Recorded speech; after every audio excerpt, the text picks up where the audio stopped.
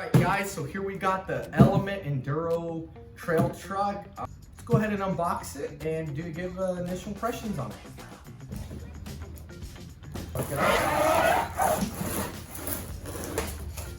And here is the truck itself.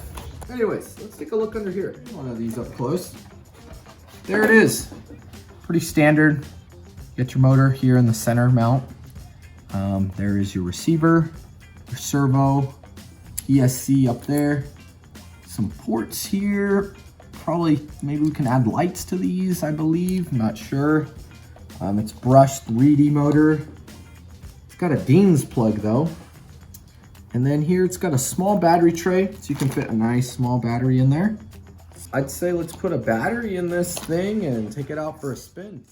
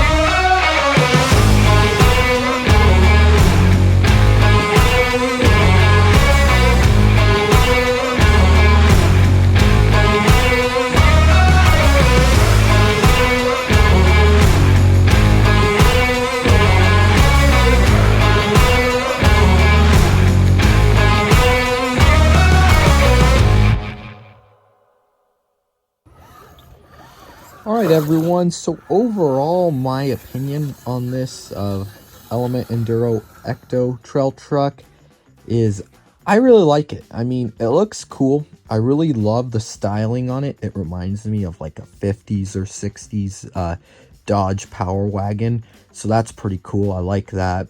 The stock decals that it comes with that you can add on, they look very cool. I really like them.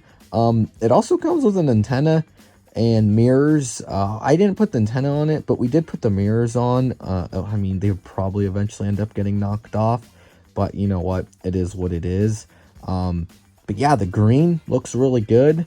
Now, as far as performance, I was honestly impressed with it. I mean, just right out of the box with the stock wheels and tires, we have no added weight, nothing. It did fine. I mean, it was able to climb over some obstacles I honestly thought it couldn't handle, and it did it just fine. Now, we did have one of the eyelets busted on the front shock, but again, the stuff happens during shipping, so I'm not gonna really say that was the car's fault. You know, it is what it is. But yeah, so I really like it. So now here we're trying to cross it here through some water. Look at that moss getting on that tire. I mean, it's, you know, it's definitely hurting the traction. But here I am fighting it, and I just say, nah, it's not going to happen, and just turn around. I mean, it is what it is.